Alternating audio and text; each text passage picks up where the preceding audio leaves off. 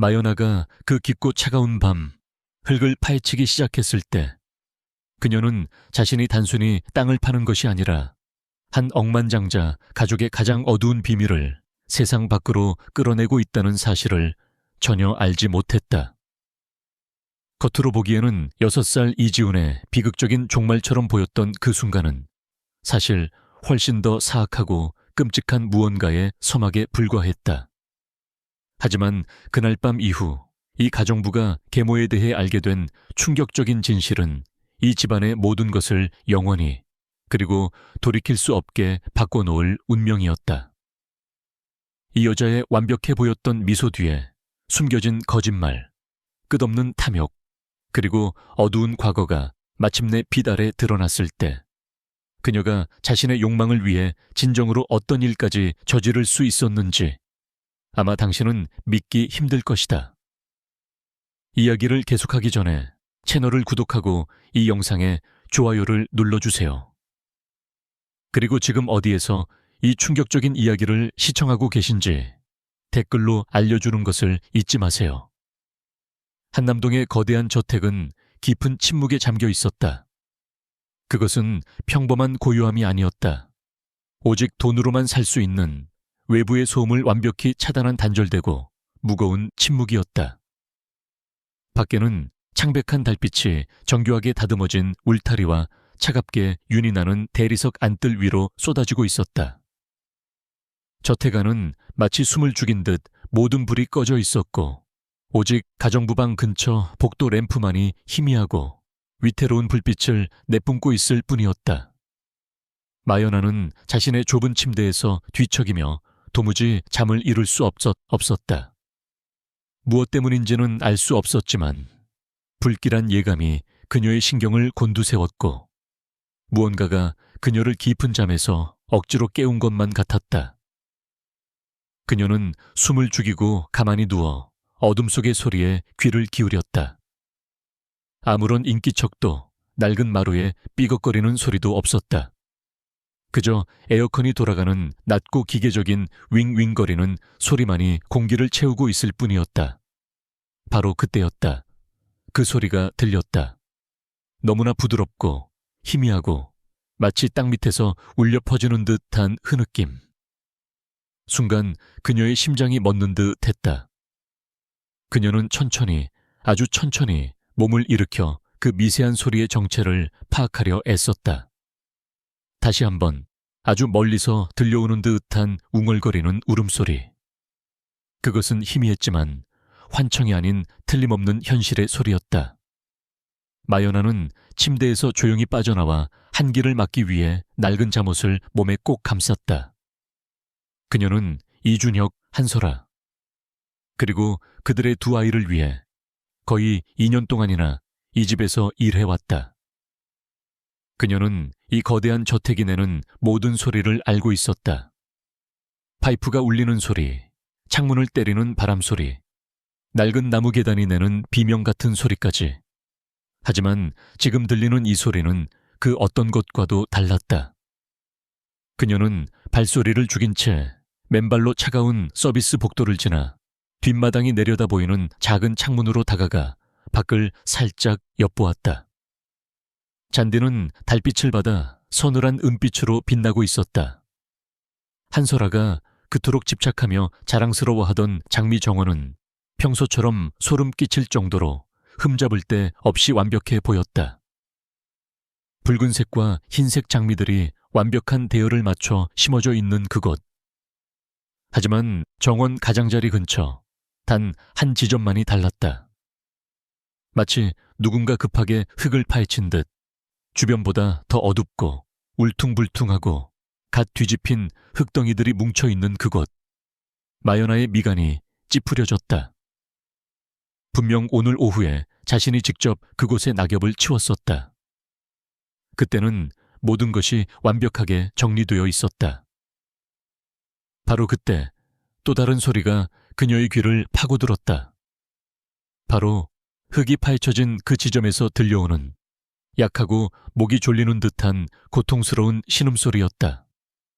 그녀의 맥박이 미친 듯이 빨라지기 시작했다. 동물일 거야. 그녀는 떨리는 마음을 진정시키려 스스로에게 속삭였다. 너구리거나 길 잃은 여우일 거야. 하지만 마음속 깊은 곳, 그녀의 본능은 그것이 동물이 아니라고 비명을 지르고 있었다. 그녀는 잠시 망설였지만 이내 뒷문을 열고 밖으로 살짝 빠져나갔다. 밤 공기는 마치 얼음처럼 맨살에 차갑게 달라붙었다. 차가운 이슬에 젖은 잔디가 그녀의 맨발을 적셨다. 넓은 마당을 가로지를 때마다 발걸음 하나하나가 청음망은처럼 무겁게 느껴졌다. 그 지점에 가까워질수록 가슴속을 짓누르는 알 수 없는 불안감과 공포가 더욱 커져만 갔다. 마침내 울퉁불퉁하게 솟아오른 흙더미 앞에 도착했을 때 그녀는 웅크리고 앉아 떨리는 손으로 흙을 만져보았다. 땅은 단단하지 않고 느슨했다. 분명 누군가 최근에 파헤친 것이었다. 그녀는 그 자리에서 얼어붙었고 오싹한 기운이 등골을 타고 머리끝까지 치솟았다. 바로 그때 땅 밑 아주 깊은 곳에서 희미하고 떨리지만 너무나도 생생한 또 다른 소리가 들려왔다. 입이 막힌 듯한 웅얼거림, 그리고 절박하게 나무를 두드리는 듯한 쿵 소리. 누군가 그 차가운 흙 아래 갇혀 있었다. 그녀의 숨이 목구멍에 턱 걸렸다. 안 돼. 그녀는 믿을 수 없다는 듯 속삭였다. 그럴 리가 없어. 잠시 동안 극도의 공포가 그녀의 전신을 마비시켰다. 그녀 뒤에 서 있는 거대한 저택은 어둠에 잠겨 있었고 모두가 깊은 잠에 빠져 있었다. 이준혁은 위층 침실에, 한설아는 그의 옆에, 그리고 아이들은 각자의 방에 있을 터였다. 만약 그녀가 헛것을 듣고 그들을 깨운다면 아무도 이 미친 소리를 믿어주지 않을 것이다. 하지만 그때 소리는 다시 들려왔다. 이번에는 착각할 수 없는, 틀림없는 사람의 소리였다. 숨이 막혀가는 듯한 목 졸린 흐느낌. 땅속 깊은 곳에서 들려오는 부드럽고 약한, 살려달라는 노크 소리였다. 그 순간 그녀의 이성보다 본능이 먼저 작동했다. 그녀는 미친 듯이 정원 창고로 달려가 어둠 속을 더듬어 녹슨 삽을 찾아 쥐었다. 금속 자루는 그녀의 땀 젖은 손바닥에 얼음장처럼 차갑게 느껴졌다. 만약 여기에 아무것도 없다면 그녀는 거칠게 숨을 몰아쉬며 혼잣말을 했다. 그냥 다시 흙을 채워 넣으면 돼. 아무도 모르게 하면 돼. 그녀는 떨리는 손으로 땅을 파기 시작했다. 첫 삽은 너무나도 쉽게 흙 속으로 들어갔다. 흙은 여전히 신선했고 다져지지 않아 부드러웠다. 그녀의 호흡이 점점 거칠고 빨라졌다. 삽질하는 동작은 더 빨라지고 더 거칠어지고 점차 절박해졌다. 비릿하고 축축한 흙 냄새가 밤 공기를 가득 채웠다. 차가운 밤바람에도 불구하고 식은땀이 그녀의 목을 타고 줄줄 흘러내렸다. 그녀의 심장이 귀 바로 옆에서 쿵쿵 뛰는 소리 때문에 세상의 다른 모든 소리가 삼켜진 것 같았다. 그때였다. 쿵! 삽 끝이 단단한 무언가에 부딪히는 둔탁한 소리가 났다. 나무였다. 마연아의 속이 울렁거렸다. 그녀는 삽을 내던지고 무릎을 꿇었다. 맨손으로 미친 듯이 흙을 긁어내자 평평한 나무 표면이 드러났다. 그것은 어린이관 크기만 한 조잡한 작은 나무 상자였다. 그녀의 숨결이 공포로 떨렸다. 맙소사! 그녀는 귀를 나무 상자에 바짝 갖다 댔다. 내부에서 희미하게 헐떡이는 소리가 들려왔다. 숨을 쉬고 있었다.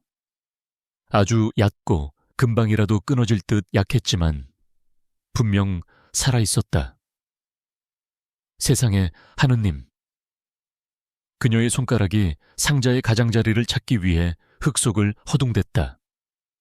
다행히 뚜껑은 못으로 단단히 박혀 있지 않았고 그저 흙의 무게로 눌려 틈새에 끼워져 있을 뿐이었다. 그녀는 온몸의 힘을 다해 뚜껑을 잡아당겼고 마침내 쩍 하는 소리와 함께 나무가 갈라지며 열렸다. 그 안에는 작은 소년이 시체처럼 누워 있었다. 창백하다 못해 투명해진 얼굴, 미동도 없이 흙으로 뒤덮인 작은 몸.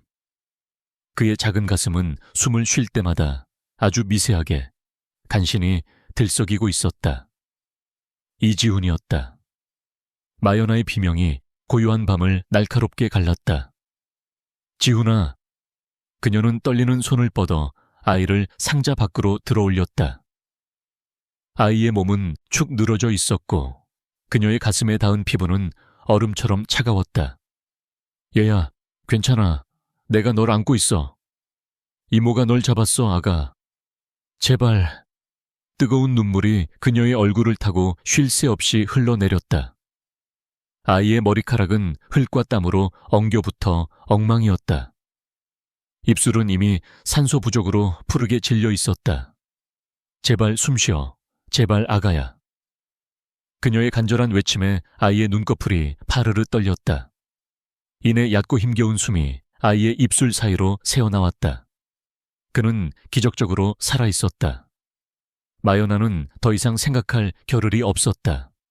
그녀는 소년을 품에 안고 정원을 가로질러 대리석 안뜰을 지나 끝없이 긴 진입로를 맨발로 미친 듯이 달렸다. 날카로운 밤바람이 그녀의 폐를 태우는 듯 했다. 조금만 버텨, 지훈아. 제발 버텨줘. 그녀는 흐느낌 사이로 헐떡이며 소리쳤다. 가장 가까운 병원은 6km나 떨어져 있었지만 그 거리가 수십 킬로미터처럼 아득하게 느껴졌다. 그녀가 달리는 동안 가로등 불빛만이 흐릿하게 지나갔다. 지나가는 차도 도와줄 사람도 없었다. 텅 빈 거리에는 오직 그녀와 품에 안긴 죽어가는 아이, 무거운 침묵만이 존재했다. 그녀가 마침내 서울 아산병원 응급실 문을 박차고 들어섰을 때 그녀는 극심한 탈진으로 온몸을 떨고 있었다. 도와주세요, 제발. 그녀는 목이 찢어져라 소리쳤다. 이지훈이에요. 아이가 살아있어요. 누군가 아이를 묻었어요. 제발 살려주세요. 의사들이 즉시 앞으로 달려와 그녀의 팔에서 축 늘어진 소년을 받아들였다. 간호사들이 다급하게 소리를 지르며 지시를 내렸고 응급실의 공기는 순식간에 혼란과 기계들의 날카로운 경고음으로 가득 찼다. 마연아는 더 이상 서 있을 힘이 없어 벽에 기대 비틀거렸다. 그녀의 잠옷은 온통 흙투성이었고 손은 멈추지 않고 떨렸으며 정신은 혼미했다. 그녀가 멍하니 얼마나 오래 그곳에 서 있었는지 알 수 없었다. 영혼 같은 시간이 흐른 뒤 마침내 누군가가 말을 걸어왔다. 숨을 쉬고 있습니다. 의사 중 한 명이 다가와 말했다. 아직 맥박이 약하지만 자가 호흡이 돌아왔습니다. 그 말을 듣는 순간 마연아는 눈을 감고 오열했다. 깊은 안도감과 끔찍한 공포가 그녀의 가슴 속에서 격렬하게 충돌했다. 그 아이를 묻은 사람이 누구든 그는 이 작은 아이가 차가운 땅속 어둠 속에서 천천히 고통스럽게 질식하여 죽어가기를 원했던 것이다. 저택 안에 있는 누군가가, 가족이라 불리는 누군가가 이 끔찍한 짓을 저질렀다. 해가 뜰 무렵 이지훈의 구조 소식은 이미 한남동 저택에 전해졌다. 이준혁이 병원에 도착했을 때 병원의 무균적인 평온함은 산산조각이 났다. 그의 셔츠는 단추가 반쯤 잘못 잠겨 있었고 넥타이는 느슨하게 풀려 있었다. 그는 마치 몇 년 동안 잠을 자지 못한 사람처럼 초췌하고 절박해 보였다. 연아야. 대기실 구석에 흙투성이가 된 잠옷을 입고 앉아있는 그녀를 보자마자 그가 소리쳤다. 그는 눈이 뒤집힌 채 그녀에게 달려갔다. 내 아들은 어디 있어? 도대체 무슨 일이야? 마연아는 다리에 힘이 풀린 채 약하게 떨며 일어섰다. 살아계세요, 사장님. 정원에서 찾았어요. 정원이라니, 그게 무슨 소리야? 그의 목소리가 충격으로 갈라졌다. 어떻게 그게 가능해? 한밤중에 무언가 소리를 들었어요. 그녀는 타들어가는 목소리로 말했다. 장미 밑에서 소리가 났어요. 제가 팠을 때 상자를 찾았어요. 그 안에 지훈 도련님이 계셨어요. 이준혁은 눈도 깜박이지 못한 채 그녀를 멍하니 응시하며 이 불가능하고 끔찍한 현실을 이해하려고 애썼다. 그가 대답하기도 전에 또 다른 발소리와 함께 한설아가 들어왔다. 이 혼란스러운 새벽에도 그녀는 여전히 흠잡을 데 없이 완벽한 모습이었다. 머리는 단정하게 묶여 있었고 얼굴은 창백했지만 흐트러짐 없이 침착했다. 그녀는 값비싼 디자이너 쇼를 마치 자신을 보호하는 갑옷처럼 꽉 쥐고 있었다. 내 아들은 어디 있어요? 그녀는 날카롭지만 철저히 절제된 어조로 요구했다. 지금 의료진이 아이와 함께 있습니다. 지나가던 간호사가 끼어들었다. 여기서 기다려주세요. 안정되었지만 아직 매우 약한 상태입니다. 한설아는 뻣뻣하게 고개를 끄덕인 다음 천천히 몸을 돌려 마연아를 바라보았다. 당신이 한밤중에 그 애를 파냈다고요? 마연아는 그녀의 시선에 주눅이 들어 망설였다. 네, 사모님. 소리가 들렸어요. 아무 생각도 못하고 그냥 생각하지 않았다고요. 한설아의 눈이 가늘어지며 차갑게 빛났다. 그리고 저희를 깨우는 대신 혼자 밖에 나가서 우리 마당을 파기 시작했다고요. 이 새벽에 혼자서? 이준혁이 빠르게 그들 사이를 막아섰다. 설아야, 지금 그게 중요해. 그녀가 지훈이를 구했어. 아니면 묻었거나. 한설아가 아주 조용히 나지막이 내뱉었다. 그녀의 목소리는 너무나 침착하고 차분해서 주변의 공기마저 얼어붙게 만들었다. 마연아는 뺨을 맞은 것처럼 움츠러들었다. 절대 그럴 리가. 그녀가 항변하려 했지만 한설아는 이미 돌아선 뒤였다. 그녀는 슬픔을 가장하며 연극적으로 손을 입에 갖다 댔다. 믿을 수가 없어요. 내 아기가 차가운 땅 속에 있었다니. 어떻게 이런 일이. 몇 시간 지나지 않아 서울지방경찰청에 김민수 형사가 도착했다. 그는 사람 좋은 미소를 지었지만 순식간에 눈빛이 단단하게 변할 수 있는 노련한 수사관이었다. 그는 병원 카페테리아 구석에서 떨리는 손으로 물을 마시고 있는 마연아를 찾아냈다. 마연아 씨, 맞습니까? 그녀는 말없이 고개를 끄덕였다. 처음부터 모든 것을 하나도 빠짐없이 들어야 합니다. 마연아는 그날 밤의 모든 세부사항을 설명했다. 기이한 소리, 미친 듯한 삽질, 상자의 발견, 그리고 병원까지의 질주. 김 형사는 묵묵히 수첩에 메모했지만 그녀의 진술이 끝났을 때 그는 여전히 납득하지 못한 듯한 표정이었다. 그러니까 한밤중에 땅속에서 나는 소리를 우연히 듣고 즉시 땅을 파기로 결정했다는 말입니까? 운이 아니었어요. 마연아는 조용하지만 단호하게 말했다. 그의 소리를 들었어요. 살려달라는 소리를요. 형사는 수첩의 볼펜을 톡톡 두드렸다. 당신은 저택 내 별차에 주방 옆 작은 방에 혼자 살고 있죠. 그리고 아무도 깨우지 않았습니다. 부모님도 보안 요원도요. 설명할 시간이 없었어요. 그녀는 목이 메어 억울함을 토해냈다. 제가 기다렸다면, 사람들을 부르러 갔다면 도련님은 죽었을 거예요. 김 형사는 천천히 고개를 끄덕였다. 하지만 그의 날카로운 눈은 그녀를 끈질기게 관찰하고 있었다.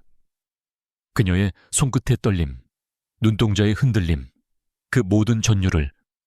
이준혁과 한설아가 지훈이의 병실에서 돌아왔을 때 형사는 이미 저택의 나머지 직원들과 이야기를 마친 후였다. 병원 복도를 타고 퍼지는 소문은 더 이상 단순한 미담이 아니었다. 일부 직원들은 마연아가 며칠 전부터 이상하게 행동했다고 진술했다. 다른 이들은 그녀가 밤마다 잠을 자지 않고 저택을 배회했다고 말했다. 한설아는 물론 이 상황에 자신의 부드러운 독을 은밀하게 더했다. 그녀는 항상 감정 기복이 심했어요. 그녀는 그날 아침 늦게 김형석에게 조용히 말했다. 그녀의 목소리는 진심처럼 들리도록 적당히 떨리고 있었다. 충실했지만 지나치게 감정적이었죠. 준혁 씨와 저는 그녀가 밤에 혼자 중얼거리며 돌아다니는 것을 자주 목격했어요. 불면증이 있다고 생각했지만 그녀는 잠시 말을 멈추고 의미심장하게 눈을 내리깔았다.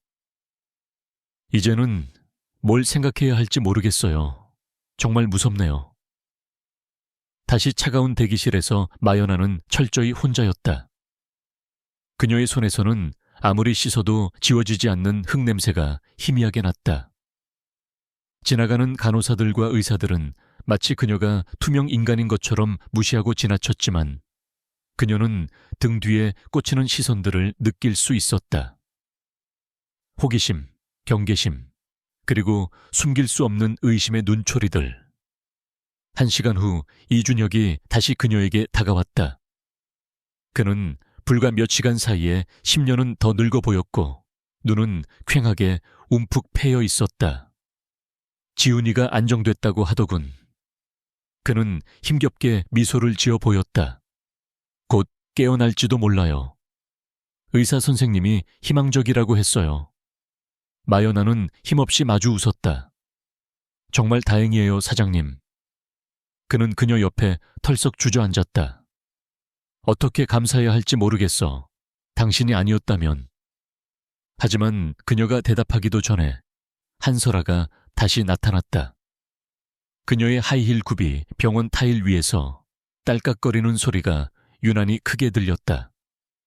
김민수 형사가 저택을 방문하고 싶어 해요. 그녀가 사무적으로 말했다. 정원을 조사해야 한대요. 현장 검증이 필요하다고요. 이준혁은 침울하게 고개를 끄덕였다. 물론이지, 협조해야지. 한설아는 마연에게로 고개를 돌렸고 그녀의 표정은 도무지 읽을 수 없었다. 당신도 같이 가야죠, 연아 씨. 당신이 마지막으로 그곳에 혼자 있었으니까요. 마연아는 그 말 속에 숨겨진 가시를 느끼며 두려움의 파도에 휩쓸렸다. 물론이죠, 사모님. 오후가 되자 한남동 저택은 노란 경찰 통제선과 분주한 과학수사팀으로 들끓었다. 한때 티끌 하나 없이 깨끗했던 정원은 진흙 묻은 발자국과 연신 터지는 카메라 플래시로 엉망이 되었다. 한때 완벽함의 상징이었던 붉은 장미 덤불은 이제 끔찍한 범죄 현장을 둘러싼 배경이 되어버렸다. 마연아는 추위를 느끼듯 팔짱을 꽉 낀 채 멀찍이 떨어져 서 있었다. 형사들이 그녀가 미친 듯이 땅을 팠던 장소에 표식을 세우고 있었다.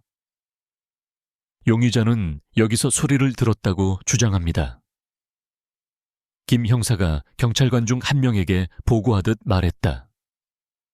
신선한 흙 발견되기 불과 4시간 전에 묻힌 것으로 추정되는 상자.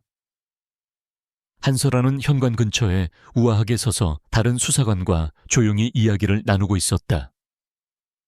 마연아는 그들의 대화를 들을 수 없었지만 굳이 들을 필요도 없었다. 그녀의 모든 몸짓, 모든 시선은 철저히 계산된 연기였다. 가련하게 떨리는 입술, 걱정스러운 듯 가슴에 얹는 하얀 손, 그리고 완벽한 타이밍에 흘러내리는 눈물까지. 한편 이준혁은 충격에서 헤어 나오지 못한 채 망연자실하여 목적 없이 정원을 배회했다. 경찰이 현장 조사를 마쳤을 때 김 형사가 다시 마연에게 다가왔다. 내일 경찰서로 출석해서 공식 진술을 하셔야 합니다. 제가 용의자입니까? 그녀는 떨리는 목소리로 조용히 물었다. 현재로선. 그가 무심하게 어깨를 으쓱하며 말했다. 이 집에 있는 모두가 그렇습니다. 그날 밤 저택의 공기는 이전과 완전히 다르게 느껴졌다. 더 조용하고 더 차갑고 더 날카로웠다. 마연아는 잠을 청하려 뒤척였지만 복도 바닥이 삐걱거리는 소리만 들려도 소스라치게 놀라 움츠러들었다. 결국 새벽 2시경 그녀는 잠자기를 포기하고 방의 작은 창가에 앉았다. 거기서 그녀는 희미한 보안등 아래 파헤쳐져 흉터처럼 남은 장미 정원을 내려다볼 수 있었다. 그녀는 자신의 품에 안겼던 지은이의 작고 차가운 몸을 떠올렸다. 끊어질 듯 얕았던 숨결, 그리고 상자 뚜껑 안쪽에서 발견했던 희미한 손톱 자국들, 살기 위해 필사적으로 발버둥 쳤던 작은 손가락들의 흔적. 똑, 똑, 노크 소리가 무거운 침묵을 깼다. 그녀는 깜짝 놀라 문 쪽으로 돌아섰다. 한솔아가 고급 실크 잠옷을 입고 긴 머리를 푼 채 문간에 서 있었다. 창백한 달빛을 받은 그녀는 마치 유리로 조각된 여자처럼 아름답지만 차가워 보였다. 깨지기 쉽지만 만지면 베일듯 위험한 존재.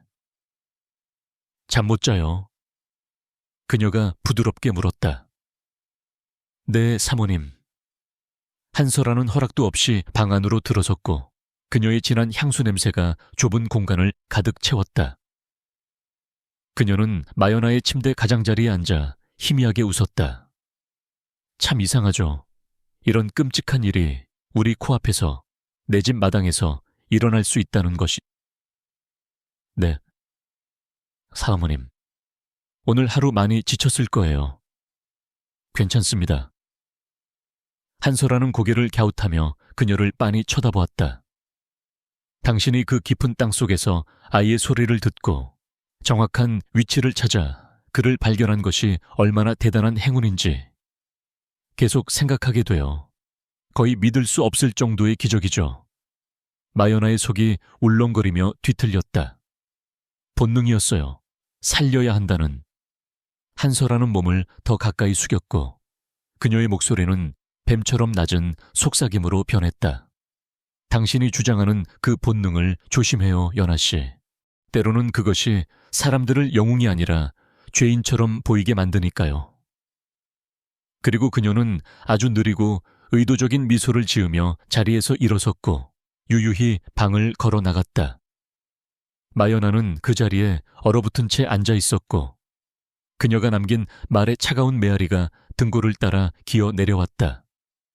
창밖에서는 바람이 파헤쳐진 흙 위를 스치며 불었고 마치 조용히 있기를 거부하는 묻힌 비밀처럼 윙윙거리며 속삭였다. 다음 날 아침 잿빛 구름이 연기처럼 이준혁의 저택 위를 무겁게 짓누르고 있었다. 세상은 온통 색깔이 빠진 회색처럼 보였고 저택 내부에는 숨막히는 무거운 분위기가 모든 복도와 방에 남아 있었다. 마연아는 유령처럼 조용히 부엌을 돌아다니며 수건을 접었고 다른 직원들이 그녀의 눈을 피하며 수군거리는 것을 알아채지 못한 척했다. 평소에는 따뜻하고 수다스러웠던 요리사 박순자 아주머니조차 채소를 썰면서 마연아를 피하고 목소리를 낮췄다. 마연아를 몇 년 동안이나 봐왔던 최동일 기사님조차도 아침 인사를 건네지 않고 외면했다. 마연아가 마침내 입을 열었을 때 그녀의 목소리는 이 차가운 정적 속에서 너무나 크고 낯설게 들렸다. 오늘 지훈 도련님 보러 간 사람 있나요? 박순자 아주머니는 칼질을 멈추고 망설였다. 사모님이 오늘 아침 일찍 가셨어. 의사들이 곧 깨어나게 할지도 모른다고 했대. 마연아는 안도하며 고개를 끄덕였다. 이준혁 사장님은요? 바쁘시지. 회사 일에 경찰 조사에. 박순자 아주머니의 목소리가 잠시 부드러워지며 걱정이 스며들었다. 연아야, 며칠 동안은 그냥 눈에 띄지 말고 조용히 있는 게 좋을 것 같아. 상황이 진정될 때까지. 진정되도록요? 마연아는 믿을 수 없다는 듯 속삭였다. 사람들이 제가 이랬다고 생각해요. 제가 도련님을 묻었다고요?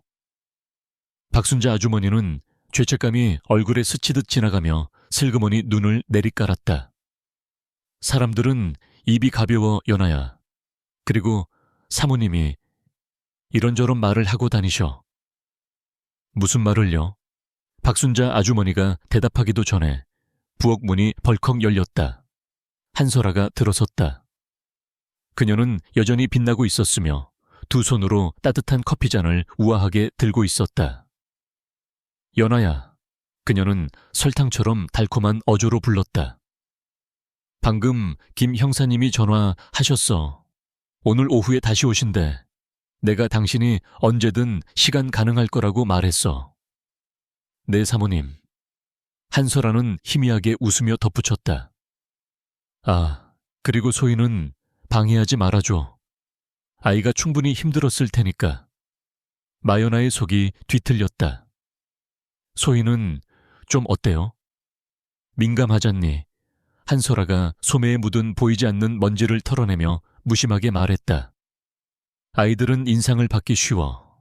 더 많은 질문으로 아이를 혼란스럽게 할 필요는 없어.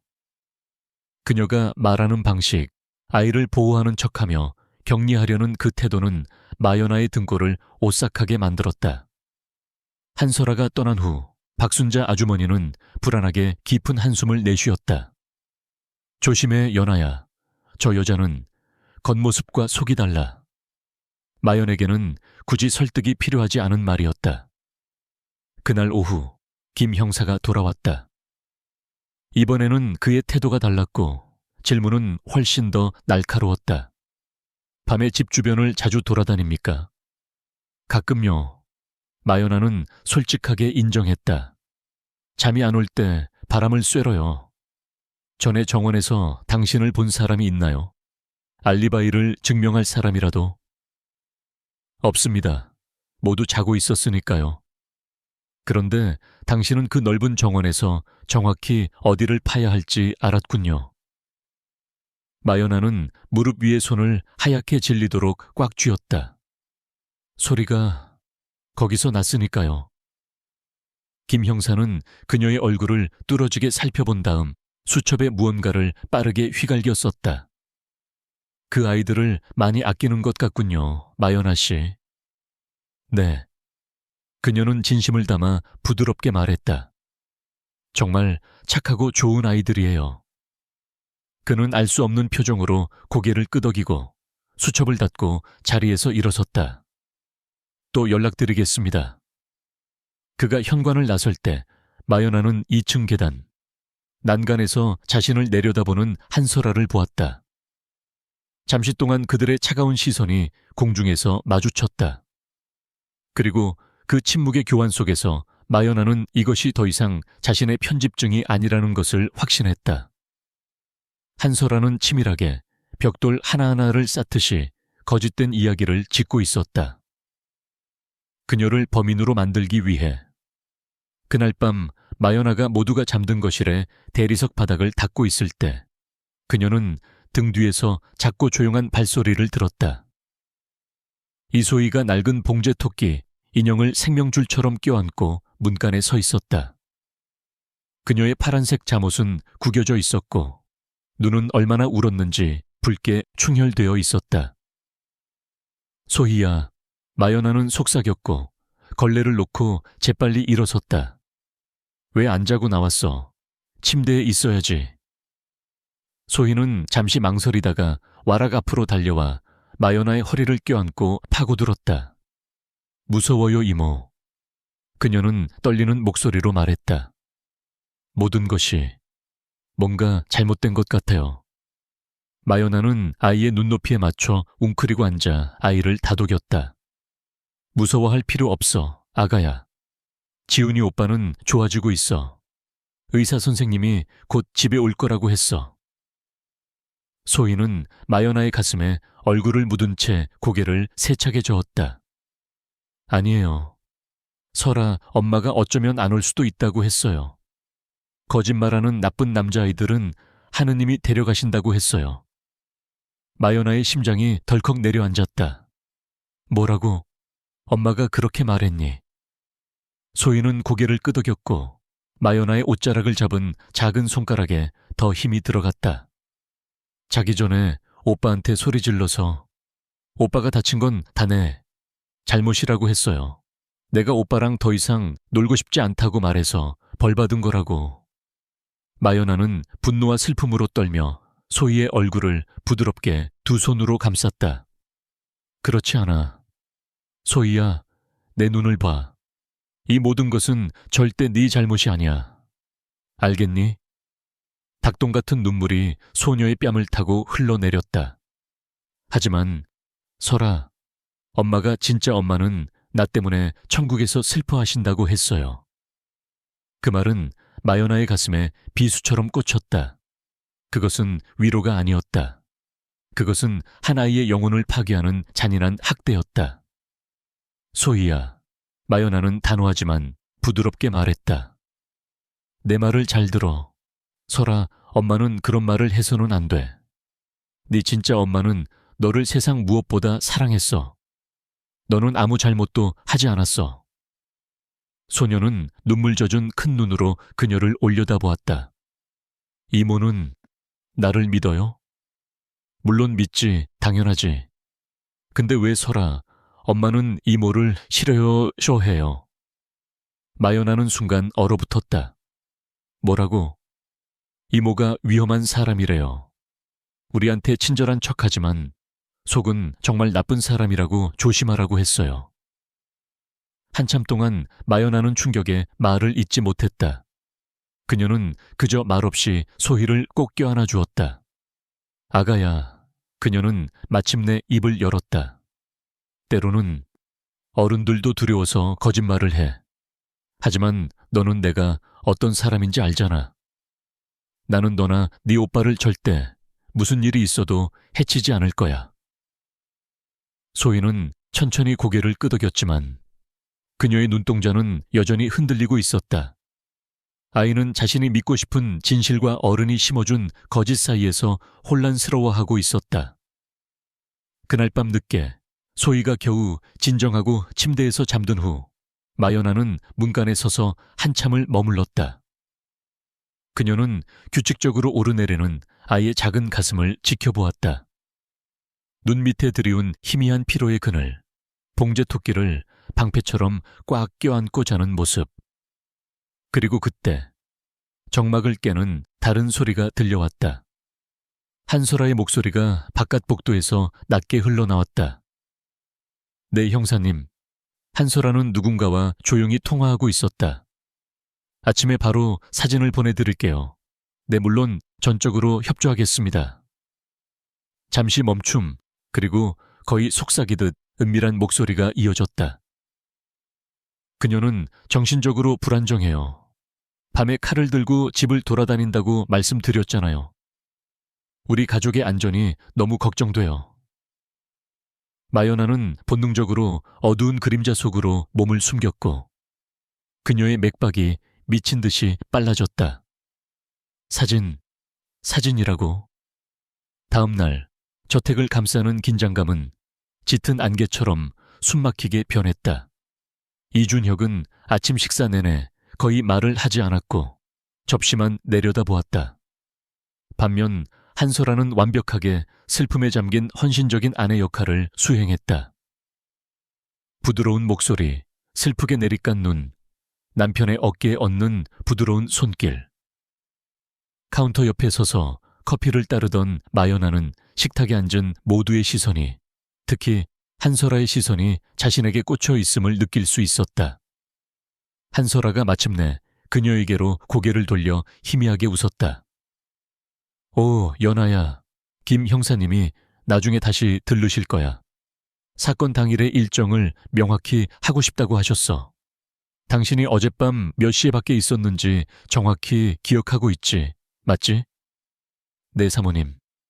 좋아. 한솔아는 꿀처럼 달콤하지만 면도날처럼 날카로운 어조로 말했다. 괜한 혼란을 만들고 싶지 않으니까. 박순자 아주머니와 최동일 기사님은 불안한 눈빛을 교환하며 고개를 숙였다. 마연아는 태연한 척 계속 일했지만 그녀의 심장은 가슴 밖으로 튀어나올 듯 쿵쿵 뛰고 있었다. 한솔아가 말한 사진. 그것이 가짜든 진짜든 증거가 있다면 그녀는 지금 마연아를 잡기 위해 조각조각 치밀한 덫을 놓고 있는 것이었다. 그날 밤 마연아는 더 이상 앉아서 기다릴 수 없다고 결심했다. 모두가 잠든 깊은 밤, 그녀는 발소리를 죽여 카펫이 깔린 계단을 몰래 올라갔고 안방으로 조용히 접근했다. 구체적인 계획 따위는 없었다. 오직 한설아가 무엇을 숨기고 있는지, 어떤 사진을 가지고 있는지 알아야 한다는 절박한 본능뿐이었다. 안방문은 약간 열려 있었다. 안에서는 드레스룸 쪽에서 희미한 불빛이 새어나오고 있었다. 다행히 한설아는 침대에 없었다. 마연아는 잠시 망설이다가 숨을 멈추고 옷장 안으로 미끄러져 들어갔다. 그녀의 심장은 화장대 근처에 작은 서랍을 열었을 때 터질 듯이 쿵쾅거렸다.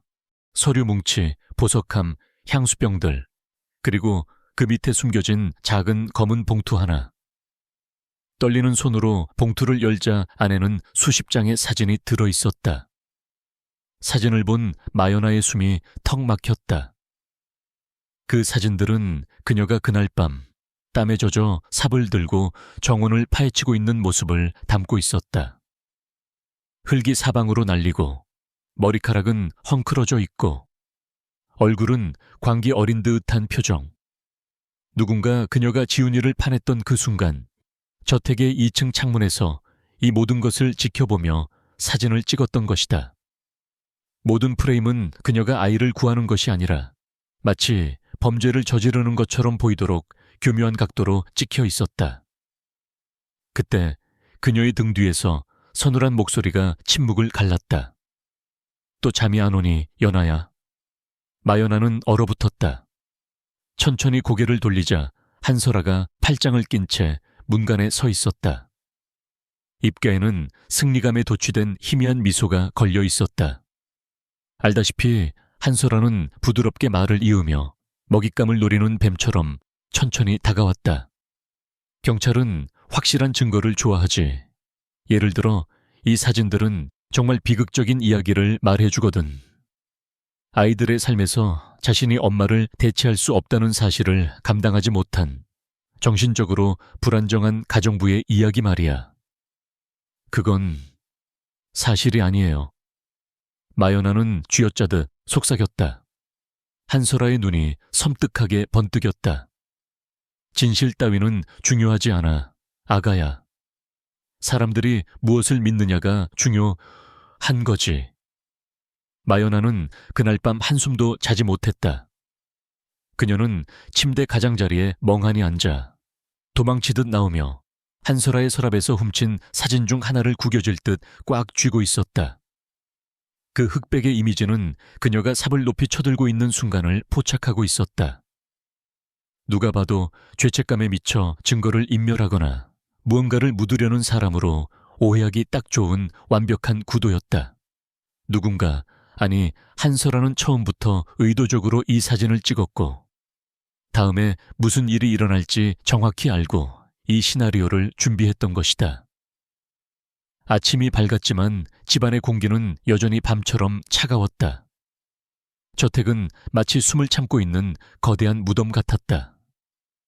직원들은 그녀가 지나갈 때마다 수근거리며 눈을 피했다. 이준혁조차도 죄책감 때문인지 의심 때문인지 그녀를 쳐다보지 못했다. 오직 이소희만이 창백하게 질린 얼굴로 멀리서 슬픈 눈으로 그녀를 바라볼 뿐이었다. 정회 한설아는 다시 김 형사를 맞이했다. 그녀는 비련의 여주인공 역할을 완벽하게 수행했다. 가련하게 떨리는 손, 물기 어린 목소리. 아이를 구해준 마연에 대한 감사와 동시에 그녀의 정신 상태에 대한 신중하게 계산된 의심을 섞어 독을 풀었다. 그 일이 있은 밤 이후로 그녀는 계속 불안해했어요. 한설아는 손수건으로 눈가를 찍으며 그에게 말했다. 어제는 정원에 멍하니 서서 땅을 응시하고 있더군요. 마치 뭔가 찾는 사람처럼. 저희 가족 모두가 그녀가 걱정돼요, 형사님. 김 형사는 묵묵히 메모했지만 긍정도 부정도 하지 않았다. 그가 떠났을 때 한설아는 현관에 서 있는 마연에게로 다가와 희미하게 웃었다. 좀 쉬어야 할 거예요, 연아 씨. 그녀가 다정하게 말했다. 너무 피곤해 보이네요. 죄책감이 있는 사람들은 종종 잠을 못 자니까. 마연아는 지지 않고 억지로 미소를 지어 보였다. 그리고 거짓말쟁이는 발 뻗고 잘 자죠. 처음으로 아주 짧은 순간이었지만 한설아의 여유로운 눈빛이 차갑게 굳어졌다. 그녀는 아무 말 없이 획 돌아섰다. 그날 밤 이소희는 다시 마연아의 방으로 몰래 찾아왔다. 아이는 사시나무처럼 떨고 있었고 목소리는 너무 작아 거의 들리지 않았다. 어젯밤에 설아 엄마를 정원에서 봤어요. 마연아의 행동이 멈췄다. 아주 늦은 시간이었는데 손전등을 들고 있었어요. 옷이랑 신발이 흙투성이었어요. 마치 땅을 파고 온 사람처럼요. 마연아의 심장이 다시 미친 듯이 뛰기 시작했다. 무슨 짓을 하고 있었니? 뭘 봤어? 소희는 겁에 질려 입술을 깨물었다. 자세히는 못 봤어요. 하지만 오늘 아침에 왜 그랬냐고 물어봤더니 그냥 바람을 쐬러 나갔던 것뿐이라고. 저한테 거짓말했어요. 마연아의 머리가 빠르게 회전했다. 한설아가 한밤중에 정원으로 다시 돌아갔다면 이유는 하나뿐이었다. 무언가를 급하게 옮기거나 새로운 무언가를 묻기 위해서다. 소희를 달래서 다시 잠자리에 보낸 후 마연아는 저택이 죽은 듯이 조용해질 때까지 숨죽여 기다렸다. 그리고 나서 맨발로 차가운 복도를 지나 밖으로 살금살금 나갔다. 장미 덤불들은 밤바람에 잎을 비비며 바스락거렸고 달은 낮고 창백하게 걸려 있었다. 그녀는 전에 지훈이를 파냈던 정원의 가장자리로 조심스럽게 걸어갔다. 그곳에는 새로운 흔적이 있었다. 아주 작은 흙더미가 갓 뒤집혀 있었는데 너무나 조심스럽게 평평하게 정리되어 있었다. 너무 깔끔하고 너무 의도적인 위장이었다. 그녀는 웅크리고 앉아 떨리는 손가락으로 흙을 살살 쓸어냈다. 손끝의 표면 바로 아래 묻힌 단단한 이물질이 걸렸다. 플라스틱에 매끄러운 감촉, 작은 약병이었다. 그녀가 흙을 털고 그것을 꺼내 달빛에 비춰보았을 때 그녀는 즉시 라벨을 알아봤다. 디아제팜, 강력한 신경 안정제이자 수면제였다. 병 안의 알약은 절반이나 사라져 있었다. 마연아의 숨이 턱 막혔다. 이거였어. 이렇게 그 아이를 약물로 재우고 묻은 거야. 그때 등 뒤에서 나뭇가지 부러지는 소리가 났다. 그녀는 소스라치게 놀라 돌아섰지만 다행히 바람소리뿐이었다. 하지만 보이지 않는 눈이 어둠 속에서 그녀를 지켜보는 듯한 소름 끼치는 감각이 그녀를 압박했다. 그녀는 약병을 주머니 깊숙이 넣고 서둘러 안으로 도망쳤다. 다음 날 아침, 그녀는 휴대폰 대신 추적을 피하기 위해 저택의 유선 전화를 사용하여 감히 하지 못했던 전화를 걸었다. 미경아, 나야. 그녀는 자신이 유일하게 믿는 오랜 친구의 이름을 속삭였다. 부탁이 있어. 오늘 내 컴퓨터가 좀 필요해. 오후가 되자 마연아는 유미경의 좁은 자취방에 앉아 있었다. 그녀는 야구 모자를 푹 눌렀어 얼굴을 가린 채였고 흙 묻은 디아제팜 약병은 노트북 옆에 놓여 있었다. 그녀는 병원에서부터 마음속에 의심으로 맴돌았던 단어들을 검색창에 입력했다. 한설아, 한설아 과거, 한설아 배경. 하지만 나오는 것은 자선 파티 사진, 화려한 잡지 인터뷰, 이준혁과의 성대한 결혼 발표뿐이었다. 완벽하게 세탁된 신분이었다. 하지만 마연아가 이지훈 구조 당시 뉴스에 짧게 스쳐 지나갔던 한설아의 흐릿한 사진을 캡처해 이미지 검색을 돌렸을 때 그녀는 소름 끼치는 결과를 발견했다. 3년 전 지구 반대편 멕시코의 스페인어 기사였다. 사진 속 여자는 분명 한설아였지만 이름은 달랐다. 엘레나 코르테즈. 마요나의 피가 차가워졌다. 떨리는 손으로 기사를 클릭해 번역기를 돌렸다. 내용은 충격적이었다. 이 여자는 라틴 아메리카 전역에서 아내를 잃은 부유한 남자들에게 의도적으로 접근해 결혼하고 아이들이나 상속인들을 사고로 위장해 제거한 뒤 거액의 유산과 보험금을 챙겨 사라지는 전문적인 블랙 위도우였다. 그녀는 이미 다중살인 및 사기 혐의로 인터폴에 수배 중이었다. 사진 속의 눈매, 그 차가운 미소는 틀림없는 한설아였다. 마요나는 그 끔찍한 진실이 뼈에 사무치도록 스며들자 의자에 얼어붙은 채 앉아 있었다. 저택의 안주인 행세를 하는 그 여자는 자신이 말하는 사람이 아니었다. 그녀는 인간이 아니라 인내심 있고 계산적인 괴물이었다. 이준혁 가족에게 닥친 이 비극의 모든 퍼즐 조각이 이제야 맞춰졌다. 완벽한 타이밍에 나타난 새엄마, 조작된 증거들, 그리고 발견되지 않도록 천천히 죽어가게 설계된 생매장. 마요나는 본능적으로 알았다. 한설아는, 아니 엘레나 코르테즈는 자신이 시작한 일을 끝낼 때까지 절대 멈추지 않을 것이다. 지훈이가 살아있는 한 그녀는 끝나지 않았다. 그날 저녁 마요나가 무거운 비밀을 안고 저택으로 돌아왔을 때 그녀는 유령처럼 조용히 집안을 이동했다. 복도를 지나다 서재에서 새어나오는 이준혁의 목소리를 들었다. 지치고 무너져 내린 남자의 목소리였다. 만약 그녀가 정말 위험한 사람이라면 설아야, 경찰에 솔직하게 말해야 해. 그녀는 그냥 혼란스러운 것뿐이에요. 한설아는 실크처럼 부드럽고 자애로운 목소리로 대답했다. 당신도 봤잖아요. 그녀는 엄마를 잃은 우리 아이들에게 병적으로 집착해요. 처벌이 아니라 치료와 도움이 필요한 사람이라고요. 잠시 무거운 침묵이 흘렀다.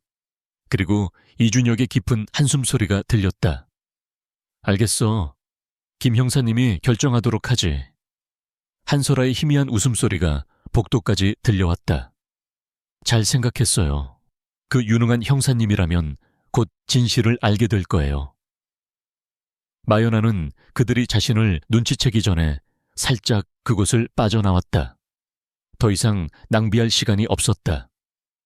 그녀는 자신의 작은 방으로 직행하여 문을 잠그고 떨리는 손으로 전화를 꺼내 증거들을 찍기 시작했다. 주머니 속의 약병, 한설아의 서랍에서 훔쳐온 조작된 사진들, 그리고 노트북 화면에 뜬 수배 기사까지. 그녀는 김민수 형사의 명함에 적힌 이메일 주소로 익명의 제보 메일을 작성하고 모든 사진을 첨부했다. 그리고 심호흡을 한번 하고 보내기를 눌렀다. 하지만 그녀가 안도의 숨을 내쉬기도 전에 그녀의 전화가 짧게 진동했다. 발신자 정보 없음. 문자 메시지가 도착했다. 알 수 없음. 남의 물건을 엿보면 못 써, 연아야. 이어서 두 번째 메시지. 호기심이 고양이를 죽인다잖아. 마요나는 그 자리에서 얼어붙었다. 누군가, 이 집 안에 누군가가 지금 실시간으로 그녀를 감시하고 있었다. 자정이 넘은 시각, 또다시 발소리가 복도에 울려 퍼졌다. 마요나는 공포에 질려 방어할 수 있는 가장 가까운 물건인 무거운 금속 촛대를 움켜쥐고 문 뒤에 숨어 기다렸다. 발소리가 그녀의 문 바로 앞에서 뚝 멈췄다. 그리고 조심스러운 노크 소리. 연아야, 나야. 이준혁의 목소리였다. 그녀는 긴장을 풀고 안도의 한숨을 내쉬며 문을 열었다. 그는 잠옷 차림에 당황하고 혼란스러운 표정으로 서 있었다. 방금 김 형사님과 통화했어. 오늘 밤 경찰서로 익명의 파일들이 전송됐다고 하더군. 내용이 심각해서 날 박는 대로 영장을 들고 오겠다고. 이게 도대체 무슨 일이야? 마연아는 잠시 망설였지만 이제는 돌이킬 수 없었다. 그녀는 그에게 휴대폰에 저장된 한설아의 옛 신분 기사를 보여주었다. 그녀의 이름은 한설아가 아니에요, 사장님. 그녀는 떨리는 목소리로 속삭였다. 강혜림, 아니 엘레나 코르테즈예요. 그녀는 다른 나라에서도 똑같은 짓을 했어요. 당신처럼 상처받은 남자들과 결혼해서 아이들을 죽이고 재산을 가로채서 사라지는 여자예요. 이준혁의 얼굴이 종이장처럼 하얗게 질렸다. 말도 안 돼. 그럴 리가. 제발. 마연아는 울먹이며 호소했다. 저를 믿으셔야 해요. 지훈이는 사고를 당한 게 아니에요. 그녀가 제가 범인인 것처럼 꾸미기 위해 아이를 산채로 묻은 거예요. 이준혁은 화면 속의 여자를 멍하니 응시했다. 사랑했던 아내의 얼굴을 한 괴물. 잠시 동안 그가 붙잡고 있던 부정의 벽이 와르르 무너져 내렸다. 이것이 사실이라면 당신과 소희, 우리 모두가 위험해. 그가 막 행동을 취하려던 찰나 그들은 둘 다 아래층에서 들려오는 미세한 소리를 들었다. 뒷문이 열리는 특유의 끼익 하는 소리. 한설아가 이 새벽에 밖에 나가 있었다. 마연아는 본능적으로 먼저 움직였고 손전등을 움켜쥐고 정원으로 뛰어나갔다. 이준혁도 충격을 억누르며 몇 걸음 뒤를 따랐다. 밤 공기는 칼날처럼 차가웠고 장미들은 불길한 미풍에 흔들렸다. 그들은 정원 끝 먼 울타리 근처에서 웅크리고 앉아 무언가를 땅에 급하게 묻고 있는 그녀의 그림자를 발견했다. 한설아, 이준혁이 고함을 질렀다. 그녀는 동작을 멈추고 얼어붙었다. 그리고 아주 천천히 몸을 돌렸다. 손전등 빛이 그녀의 얼굴을 비췄다. 당황할 줄 알았던 그녀의 표정은 소름 끼칠 정도로 침착하고 무표정했다. 현장에서 잡혔음에도 불구하고 이준혁 씨, 그녀는 부드럽게 그를 불렀다. 그녀는 우아하게 털고 일어섰다. 놀랐잖아요. 다들 안 자고 뭘 하고 있어요? 당신이야말로 거기서 뭐 하는 거야? 과거를 묻고 있었어요. 그녀는 희미하게 미친 듯한 웃음을 흘리며 말했다. 마연아의 목소리가 분노로 떨렸다. 그게 당신이 죽인 전 남편들에게도 했던 말인가요? 이 가족 이전에 파괴했던 가족들에게도. 처음으로 그녀의 완벽한 가면이 깨졌다. 한설아의 눈빛이 순식간에 차갑고 공허한 심연처럼 변했다. 당신은 주제를 알고 빠져 있었어야 했어. 그녀는 들고 있던 삽을 툭 떨어뜨리고 천천히 그들을 향해 걸어왔다. 그녀의 침착한 목소리는 마치 다가오는 폭풍전야의 속삭임 같았다. 고작 인터넷 기사 몇 개로 날 다 알아냈다고 생각해요? 내가 진짜로 무엇을 할 수 있는지 당신들은 상상도 못해. 이준혁이 위험을 감지하고 마연아의 팔을 잡아채기 직전 마연아가 마지막으로 본 것은 한설아의 손에서 번뜩이는 작은 주사기의 은색 빛이었다. 다음 날 아침 병원은 독한 소독약 냄새와 팽팽한 긴장감으로 가득 차 있었다. 이지훈이 의식을 회복할 징후를 보였고 그 작은 가능성은 한설아가 공들여 쌓아 올린 거대한 거짓말의 성을 무너뜨릴 수 있는 유일한 열쇠였다. 아이의 기억이 돌아온다면 모든 게 끝이었다. 그녀는 누구보다 일찍 병원에 도착했고 순백의 백합 꽃다발을 품에 안고 있었다.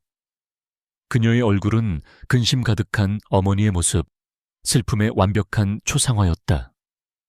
간호사들은 그 고상한 실크옷 아래 숨겨진 괴물의 정체를 알지 못한 채 그녀에게 정중하게 고개를 숙였다. 저녁이 되자 마연아는 무언가 끔찍하게 잘못 돌아가고 있음을 직감했다. 이준혁은 연락이 두절되었고 경찰은 아직 도착하지 않았다. 그녀의 머릿속에는 오직 하나의 생각만이 남았다. 지훈이를 구해야 한다. 그녀는 병원 청소부 친구에게 사정하여 낡은 유니폼을 빌려 입고 모자를 눌러 쓴 채 병원으로 몰래 잠입했다. 복도는 낮은 조명으로 어둑했고 생명 유지 장치들의 기계적인 운궁거리는 소리는 마치 죽어가는 사람들의 마지막 속삭임처럼 복도에 울려 퍼졌다. 그녀가 지훈이의 병실 앞에 다다랐을 때 그녀는 숨을 죽였다. 문은 약간 열려 있었다. 틈새로 보이는 광경은 공포 그 자체였다. 한설아가 소년의 침대 옆에 서 있었다. 문을 등지고 선 그녀의 손은 아이의 링거줄 위에서 망설임 없이 움직이고 있었다. 그녀의 가느다란 손가락 사이에서 주사기가 차갑게 번뜩였다. 한설아 씨. 마연아는 더 이상 숨지 않고 조용히 불렀다. 한설아는 천천히 돌아섰다. 더 이상 연기는 없었다. 슬픈 척하는 눈물도 가련한 떨림도 사라졌다. 그저 사냥감 앞에 선 포식자의 공허하고 섬뜩한 침착함만이 남아있었다. 당신은 정말 언제 멈춰야 할지를 모르는군요. 참 끈질겨요. 그녀는 낮은 목소리로 중얼거렸다. 가만히 있었으면 당신의 죽음을 고통 없이 아주 빠르게 만들어줄 수도 있었는데. 마연아는 한 걸음 앞으로 나아갔다. 도대체 왜요? 그는 어린아이예요. 한설아는 희미하게 웃으며 손에 든 주사기를 불빛에 비춰보았다. 그 안에 든 투명한 액체가 반짝였다. 그 애가 봤으니까요. 그날 밤 깨어나서는 안 될 시간에 깨어났죠. 내가 주방에서 남편의 우유에 진정제를 타는 걸 봤어요. 잊었으면 좋았을 텐데. 기억하더군요. 마연아의 맥박이 귀에서 천둥처럼 울렸다.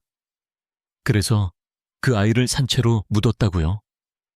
한설아의 눈이 깜박였고 거기엔 죄책감이 아닌 사소한 실수에 대한 짜증만이 서려 있었다.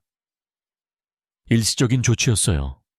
가스 누출 사고로 위장해서 집을 날려버릴 때까지만 잠재워 둘 생각이었죠.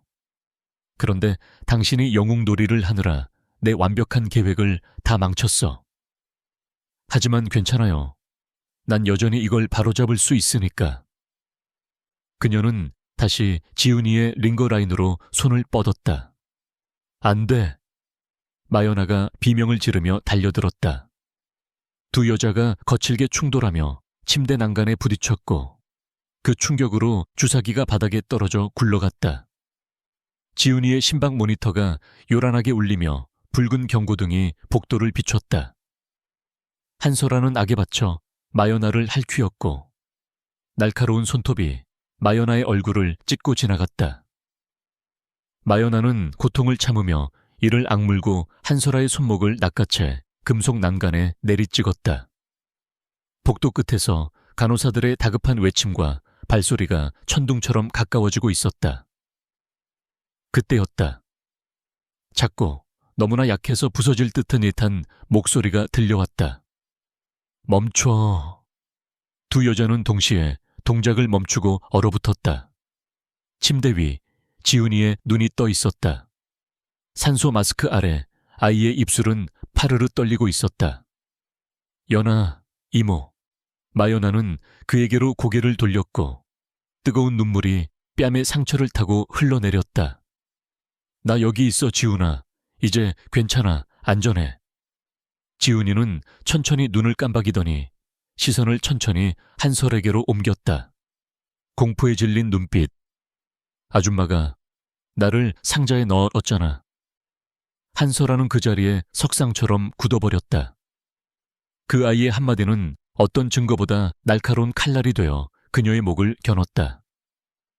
간호사들이 먼저 문을 박차고 들어왔고 이어서 보안 요원들이 들이닥쳤다. 한설아는 물하라고 변명하려 입을 열었지만 지훈이가 다시 한번 명확하게 저 아줌마가 나를 묻었어요 라고 반복하는 순간 그녀의 모든 세상은 무너져 내렸다.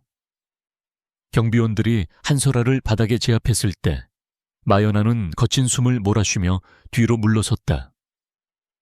한설아는 저항하지 않았다. 울지도 소리치지도 않았다. 그녀는 그저 바닥에 얼굴이 눌린 채 작고 섬뜩한 미소를 지었다. 마치 이 지긋지긋한 연극이 드디어 끝났다는 것에 안도하는 사람처럼. 몇 분 후 김 형사가 병실에 도착했을 때 마연아는 그에게 자신의 낡은 휴대폰을 건네주었다. 모든 증거가 여기 다 있어요.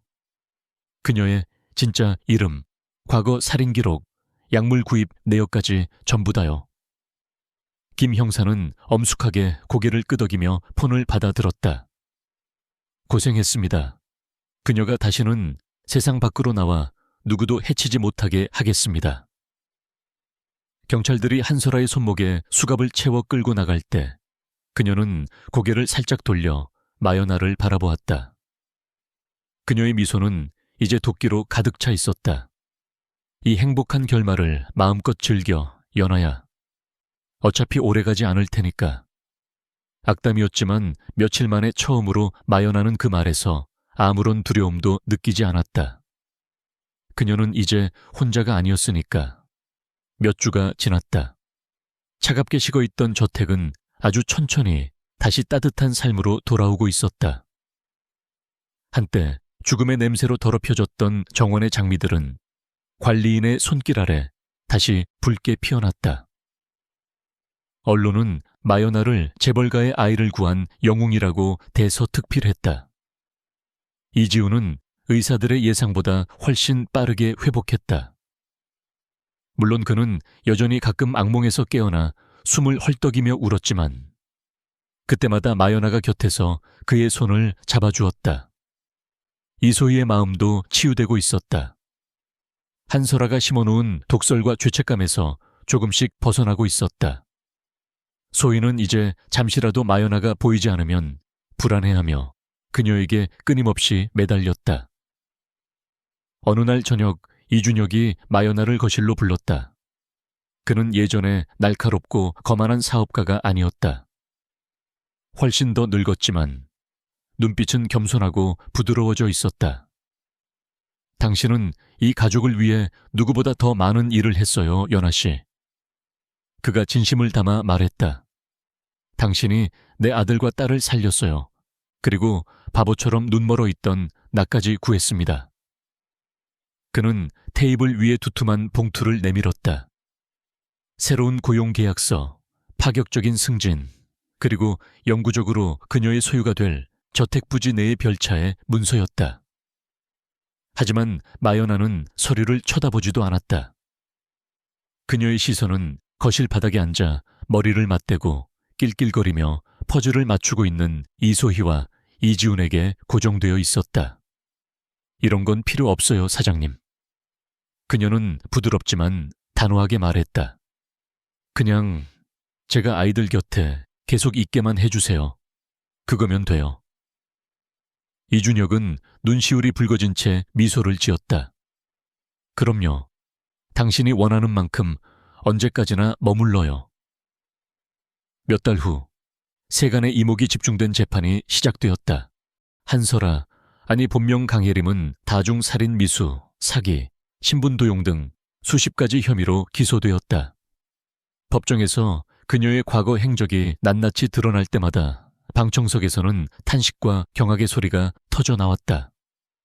그녀가 거쳐간 다른 남편들, 의문사한 다른 아이들, 그리고 세계 곳곳에 묻혀있던 끔찍한 비밀들. 마연아는 증인석에 앉아 그날 밤의 일을 침착하게 증언했다. 비록 그녀의 손은 무릎 아래서 떨리고 있었지만 목소리만은 조금도 흔들리지 않았다. 어린 이지훈도 증언대에 섰다. 그는 작지만 용감한 목소리로 그 차가운 어둠, 좁은 상자 안의 공포, 그리고 흙더미 너머로 들려오던 마연아의 목소리를 묘사했다. 평결은 만장일치였다. 유죄, 가석방 없는 종신형. 판사의 선고가 내려지고 모든 것이 끝났을 때 마연아는 법정 밖으로 걸어 나갔다. 쏟아지는 햇살이 눈부셨다. 이준혁은 두 아이의 손을 꼭 잡고 그녀를 기다리고 있었다. 이소희가 그녀를 올려다보며 물었다.